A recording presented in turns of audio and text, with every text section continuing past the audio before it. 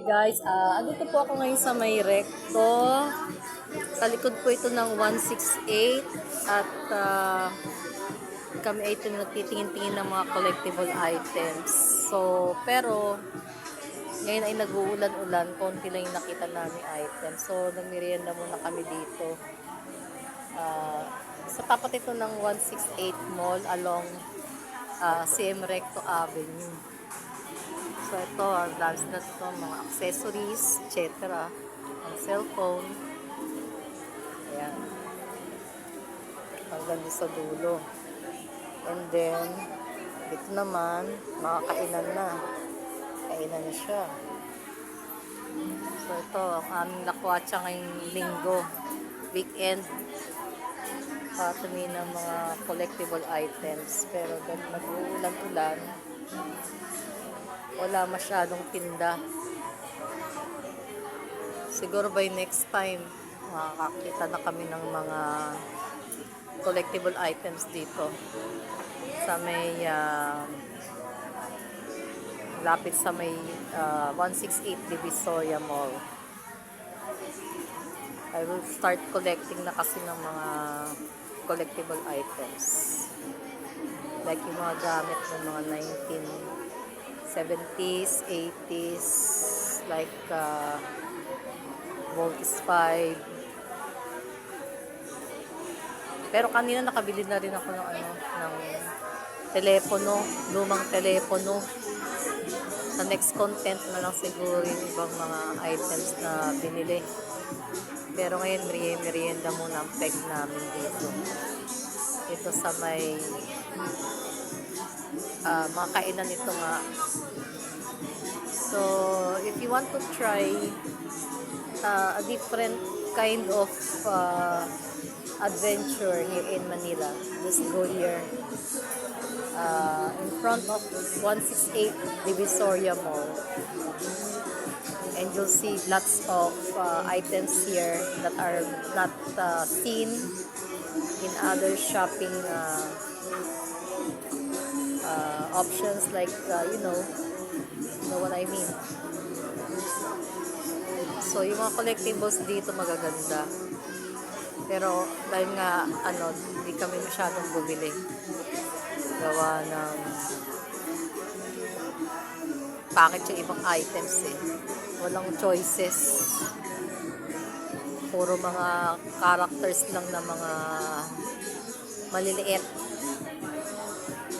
na hindi ko kapanahunan. Gusto ko yung mga kapanahunan ko, like Voltes 5, Mazinger Z, yan, yung mga ganyan.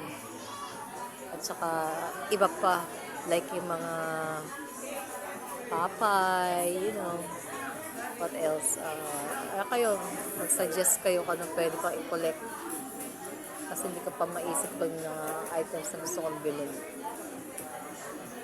Pero noong 1970s, na uso pa yung Voltes 5. Meron na talaga ako na Voltes 5 character. Kung alam ko lang na magiging rare na siya ngayon, di sana collectible item ko na yun at baka maibenta pa ng thousands of pesos, di ba? Pero ngayon, tamo, naghahanap na naman ako ng Voltes 5 na alam mo na, mga collectible na ganyan.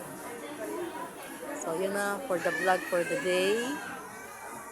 I hope you enjoy, always enjoy my vlog.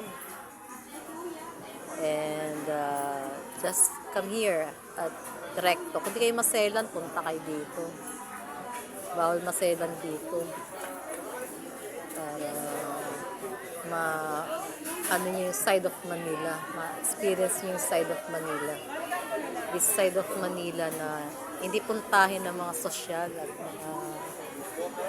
mga nasa alta sosyedad kung sabihin. Pero kung ikaw ay naman, hindi ka pihikan, you can go here to enjoy the beauty of Manila. Diba?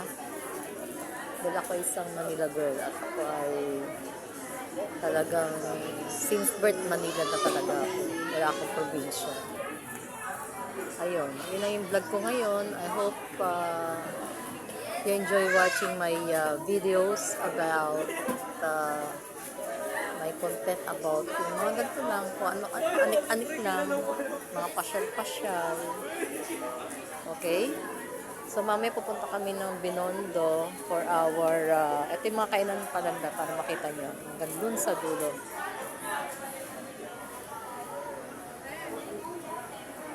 Yan, ang kainan nila rito. Tapos the rest, puro mga accessories na dito. Marami dito mga accessories, ganyan, mga ganyan. So, next stop namin mamaya is Binondo Food Trip. So, come and join us, okay? Thank you for watching. Bye-bye.